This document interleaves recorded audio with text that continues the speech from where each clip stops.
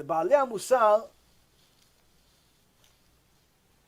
discussed Bitachon and trust in Hashem on a regular basis because they knew that without Bitachon, without trust in Hashem, a person simply cannot survive. Some of the examples I can give you is this. Saba Mislavotka was one of the students of Rabbi Yisrael Misalant. And Saba Mislavotka, he didn't start as a sage. He started as someone that knew a little bit of Torah, religious, but he started as an average businessman. One day, he's on a train, and as you would have it, B'siyata Dishmaya, the Gdol Ador, Rabbi Yisrael Misalant, also goes on the train. They have a conversation, and without wasting much time, Rabbi Yisrael Misalant asks his Saba Mislavotka, he says, so, how are you preparing? How are you preparing for the future? He says, oh, Kvod Harav, I have a big business. I sell lumber. Rabbi Yisrael Misalant looks at him and says, no. How are you preparing for eternity? The future. The trees, they don't accept them in Shamayim. They don't accept them in Shamayim, these trees. As many trees you can have a whole forest. Still no good. One tree, they don't accept in Shamayim. One tree, even if it's a bonsai tree. Still no good. So, the Saba Mislavotka was at a level in his generation that was enough musar for him to do tshuva. What tshuva? Conversation finished. The Saba Mislavotka got off the next station, went to the other side of the terminal, wait for the station, went back all the way home, sold all of his business, all of his lumber, all of his wood, opened 30 yeshivot, and spent the rest of his life teaching Torah, teaching Musar, and European Jewry, American Jewry, all of it started with the Saba Mislavotka. That's why it's bizarre when people are anti-Musar in this generation. Why? Because if there's no Musar, there's no yeshivot. All of the yeshivot you have in the world today started from this story. Now the Saba Mislavotka didn't just go from 0 to 150 miles an hour, tzaddik, yesod olam, gdol ador in one day. So what would he do? He would constantly test himself. He says, listen, my Rebbe, Rabbi Yisrael Misalant, he had not just good midot, where one day he was late to the kollel, and the Talmidim says, Kvod Harav, everything okay? You're never late. He goes, oh yeah. Well, on the way to the kollel in the morning, at 6 o'clock in the morning, all night that there was in the morning I saw that there was the roof for my neighbor had a piece making noise. And I figured, you know what? This is probably going to, make them wake up. It's making noise. It's flapping, this piece on the roof. So I got my ladder, and I climbed the roof, and I fixed it. And then I came. So that's why I was late 25 minutes, because I had to fix my neighbor's roof. They didn't ask me. They're still sleeping. They don't even know he did it. But he cared so much about the next Yid that to him, the next Jew losing a little bit of sleep because the roof is making some noise mattered to him to such an extent. He says, you know what? This is worth it for me to be late to go learn Torah. Now, this same Rabbi Yisrael Misalant, he didn't only have fantastic midot, where he worried about every Jew, where he cared about every Jew, where he cared about the Torah Kedosha, but he constantly proved it through his action and in his connection with HaKadosh Baruch Hu. One time there was a debate between Rabbi Yisrael Misalant and his students. Now his students were Malachei HaSharet, weren't regular people. Each one is Gdol Ador. So they're having a debate. It's like having Rabbi Akiva, Rabbi Shimon Bar Yochai, Rabbi Meir Bar Anes, giants of generation. They're all having a debate. It's like there's like spiritual fire coming to Shamayim. So now they're having a debate. What's the debate? About Bitachon. About Bitachon. Rabbi Yisrael Misalant says, you are supposed to have 100% Bitachon for every big thing and every small thing. Ad kedei kach, to the extent where if you believe that something's going to happen right now, Hashem will make it happen. Chachamim, his Talmidim says, Kvod Harav, now you're taking it too far. Why? Hashem works for you. He says, no. It's not about Hashem works for you. Chas Shalom. It's not about Hashem works for you. It's if you believe that Hashem is watching everything and can do anything, mamash, you believe He can do everything, but now you say you believe, but you believe be'emet, He'll do it. Just because you believe in Him. And they had a debate, back and forth, hey, is this proof, that proof, this proof, this proof. And he says, here, I'll prove it to you all, right now. How? I believe I am going to get a gold watch today. Now in those days, 150 years ago, to have a gold anything, well, you were already rich. People were poor as dirt back then. If you read the bios of that generation, half the book is about the poverty they overcame. Hashem Yirachem, I was reading this weekend, the bio of Rav Elchanan Wasserman.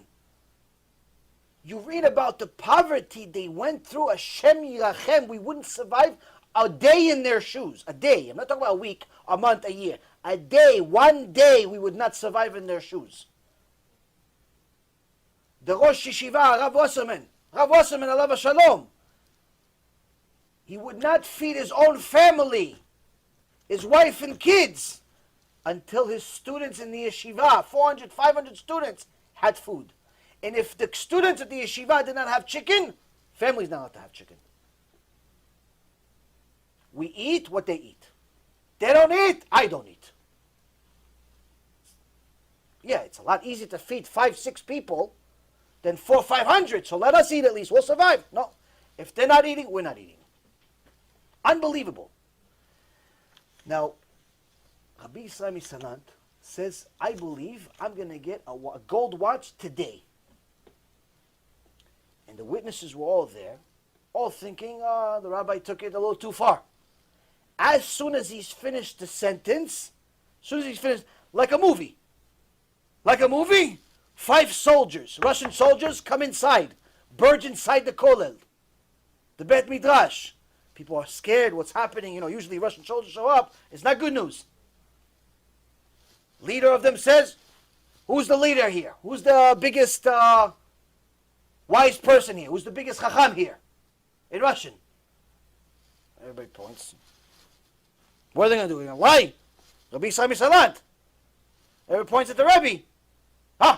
Okay, sir, here. He takes out of his pocket a box. He hands it to him. Rabbi Yisrael Salant opens the box. Gold watch. Now, obviously, people will say, great, but what's the story behind it? Can you please tell us, where'd you get this watch? It's like, he says, we were at war. My buddy, my best friend, died at the war. But before he got shot and died, he gave me this watch. And he told me, listen, this is my dying wish. Give this watch to the biggest chacham in the yeshiva for Jewish people. That's my dying wish. And then he died. And I said, I'm going to deliver on the promise, and today I'm delivering on the promise. The decree was written in Shemaim. Rabbi Yisrael Salant decided he's going to be the vessel. The gold watch was already decided, however, when the guy died. A month before, a week before, a year before, whenever it happened. Meaning there was a golden watch going somewhere. When Rabbi Yisrael Salant said, I'm going to get a watch because I believe that HaKadosh Baruch Hu will give me the gold watch. Because I have Bitachon in Hashem, I'm going to get it. He made himself the vessel. Not because he said it, because he believed it. So if this is the rabbi, you can imagine the students. So now, the Saba Mislavotka, his student, he wants to be like his Rebbe. Who doesn't want to be like his Rebbe? So Saba Mislavotka says, I have to test myself. So I told you guys a story of where one time he went to a train station. And he's sitting in the train station, and at this point some other Jew is sitting next to him and goes, hey, Kvod Harav, how are you? Start talking. He says, where are you going? Oh, I'm going where this train's going. Where are you going? Oh, I'm going to the same place. Oh, okay. You know, it's in a few minutes. Yeah. Where's your ticket, Kvod Harav? You have a ticket? He goes, no. He goes, well, Kvod Harav, it's not free. You can't buy train tickets on a train. You have to buy it from the teller over here. He says, Bezat Hashem. Bezat Hashem, it's going to be fine. He goes, what Bezat Hashem? Bezat Hashem all you want, but you have to buy a ticket. Hashem helps, but you have to help yourself. No, isn't there some mitzvah? You have to help yourself somewhere. You help yourself by going to the teller, buying a ticket, $5. He says, Bezat Hashem. So the guy can't live with himself. The rabbi is an ish mechubad, he's an honorable person. He's sitting here with no ticket, and he's about to miss the train. 5 minutes, 4 minutes, 3 minutes, 2 minutes, 1 minute. He can't take it. There's 1 minute before the train. He's going to miss the train. I'm sure he's going to some place important. The guy couldn't take it. He runs to the teller, buys the ticket, gives the, hey, Rabbi, here's the ticket, but next time don't be so crazy. The Saba Mislovodka says to him, I told you, Bezat Hashem. Just next time, Bezat Hashem is going to come to somebody else. Hashem will send me the ticket some other place. Meaning, the whole thing was him training himself. He didn't say Bezat Hashem. Like a lot of people say Bezat Hashem, but it's like, it means nothing. It means nothing. It's like sometimes, people say to each other, you see couples that can't stand each other, say, I love you, honey. Love you too. And the guy says, I can't wait you die. Why? Hopefully you get a stroke. I love you. I love you, honey. Hope you get a stroke before I get home. Well, it's fake. Why? They said so many times they can't stand each other. Why? Because in reality, it's just words. It means nothing. Sometimes we say, I love you to Hashem like that. We say Be'ezat Hashem, but we're violating Shabbat. We say Be'ezat Hashem, but we're looking at every woman that moves. We say Be'ezat Hashem when we're stealing in our business. We say Be'ezat Hashem when it comes to mitzvah of tzedakah. All of a sudden, we don't have any money. We always have money when we see all of our rich friends. We always, I just got the car. You got the car also? I got the car also. Oh, I just ordered. I'm on the back order. I'm on the front order. Everybody's comparing houses, comparing cars, comparing watches. Oh, is yours real? Yeah, 35,000. I got it. But the guy comes for tzedakah. Yeah, tough times are rough. Hold on, let me see if I have a 5 on me. Hold on a second, kid. Hey, you know what? I'll give you 20. Gives the guy 20 like he just did it. Listen, remember me in Olam Haba. Like you just bought him you're talking about $1 million cars and $100,000 house, all this stuff. But when it comes to tzedakah, all of a sudden, nobody has any money. See, Rabotai, we say Be'ezrat Hashem, but when it comes to money, we forget Hashem. When it comes to watching our eyes, we forget Hashem. When it comes to learning Torah, we forget Hashem. That's like a husband telling his wife, I love you, but in reality, he's cheating on her. That's like a wife telling her husband, I love you, but she never ever makes any food for him. She never cleans the house. She never does anything that he wants. All of a sudden, anytime he wants something to eat, she exactly makes the opposite. Like in the Gemara, there's actually a story like that.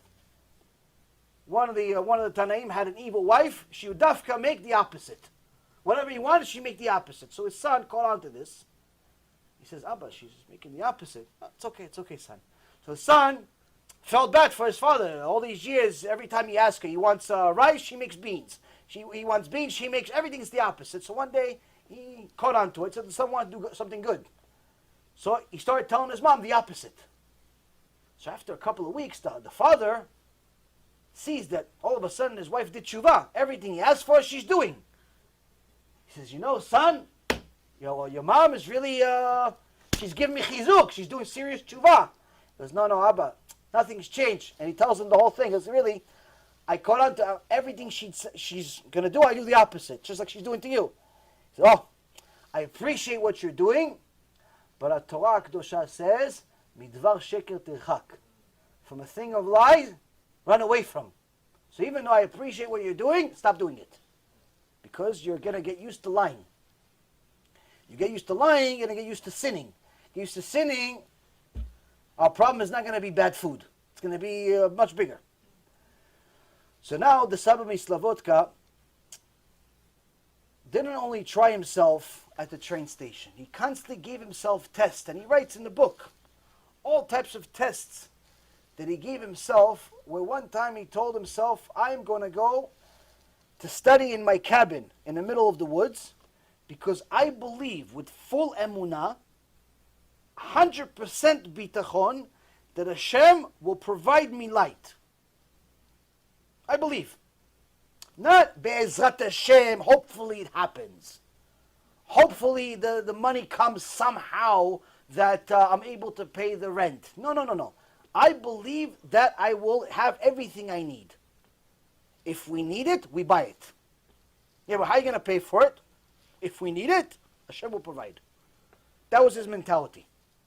He went to the woods, 100% certain that Hashem will provide him light. How did he show that he's 100% certain?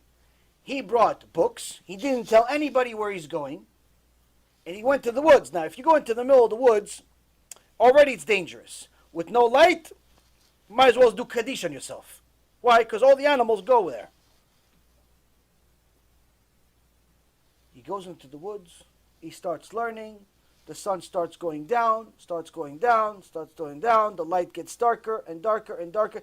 And as soon as it gets to a point where, mamash, all loss of light, he reaches back to grab somebody's hand. Somehow comes out of somewhere, because no one knew who he was. He never saw the person. Gives him a candle. And he uses the candle.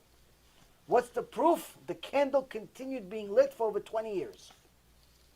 People from all over the world would come and look at this candle as proof. Because anytime somebody had bitachon problems, say, oh, well, what's the proof that Hashem really watches everything? Oh, go to the Bet Midrash. Which one? The Sub Mislavodka. His Bet Midrash, there's a candle over there. It never goes out. What do you mean never goes out? It's a Bet Midrash? He goes, yeah. It's a Bet Midrash. 20 years. 20 years, the candle was lit. Same candle. Never goes down. Why? Not because he said Bezat Hashem, but because he believed Bezat Hashem. He believed Bezat Hashem.